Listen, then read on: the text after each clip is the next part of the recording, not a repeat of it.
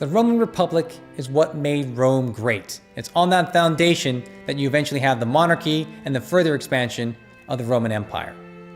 When we look for Republican Rome and signs of it through the city of Rome today, it's not always easy, but there are a handful of Republican temples that are still visible.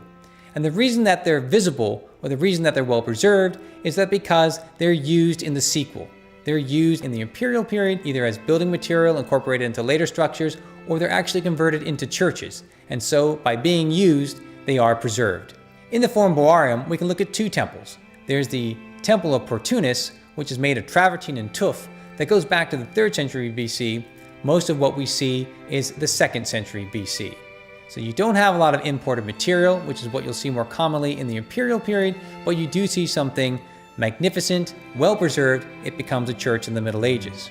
Right next to it is another Republican temple. What's so fascinating about the round temple dedicated to Hercules in the Forum Boarium is that it's made of marble. It's the oldest temple made of marble preserved in the city of Rome. It's dating to the middle of the 2nd century BC, and the marble is from Athens. It's Pentelic marble. The Temple of Portunus and the Temple of Hercules are both converted into churches in the Middle Ages, and this ensures that they will be cared for, they will be used, and ultimately there will be a roof on top of each of one of them. In the fascist era, the neighborhood is cleared out, and the two churches are isolated, and ultimately they are no longer used as churches, they appear again as temples.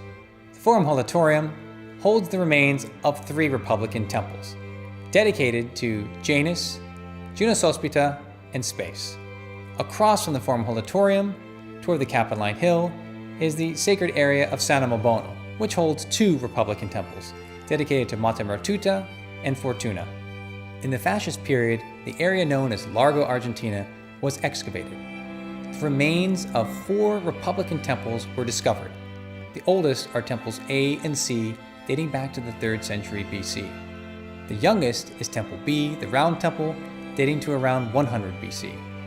And what's so fascinating about these temples is again we get to see the building remains and the building materials, primarily tuff and travertine stone. The temples of Largo Argentina are built one on top of another.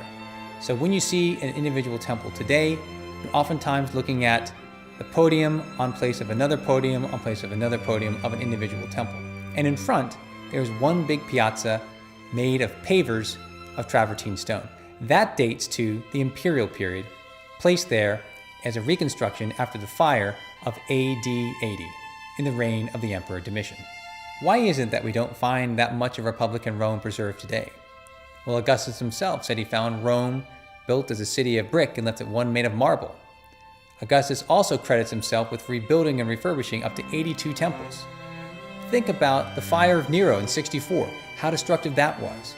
And over time, you have so many other phases of Rome rebuilt by various emperors, replacing the original structures made in Republican Rome.